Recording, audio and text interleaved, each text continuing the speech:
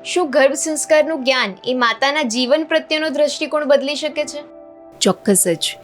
કારણ કે ગર્ભ સંસ્કારનું જ્ઞાન એ માતાના વિચારોને બદલશે. જ્યારે વિચારો બદલાશે ત્યારે માતાનો આપોઆપ દ્રષ્ટિકોણ બદલાશે.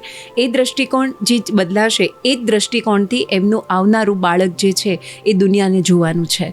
તો ચોક્કસ ગર્ભ સંસ્કારના જ્ઞાનથી માતાનો દ્રષ્ટિકોણ બદલાઈ રહ્યો છે. એના કારણે જ એક શ્રેષ્ઠ બાળકને પામી રહી છે. હું ડૉક્ટર નંદની, મારો દીકરો 10 મહિનાનો છે. મેં ગર્ભ સંસ્કારનું જ્ઞાન 100% વિશ્વાસ સાથે અને 100% શ્રદ્ધા સાથે કરેલું.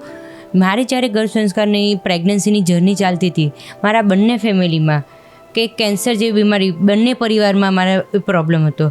ત્યારે એ ટાઈમ દરમિયાન મારી પ્રેગ્નન્સીને કઈ રીતે મારે સ્ટેબલ કરવી, કઈ રીતે કન્ટિન્યુ કરવી અને કઈ રીતે એઝ અ ડૉક્ટર પ્રોફેશન હું કઈ રીતે બંને પરિવારને સપોર્ટ કરું, એનો પૂરેપૂરો એનર્જી કહીએ કે પૂરેપૂરું જ્ઞાન કહીએ તો મને એ સ્ટેબલ રહેવાની બધી એનર્જી ગર્ભ સંસ્કારમાંથી મળી છે.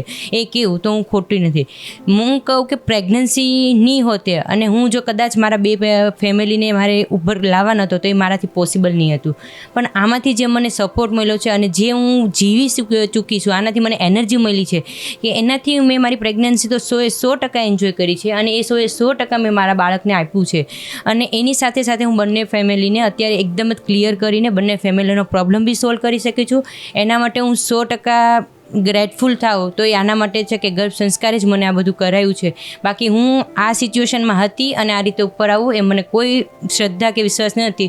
જે બધું મળ્યું છે મને આમાંથી જ મળ્યું છે અને હું જીવી ચૂકી છું અને મને એટલે પૂરેપૂરો હવે વિશ્વાસ છે, શ્રદ્ધા છે.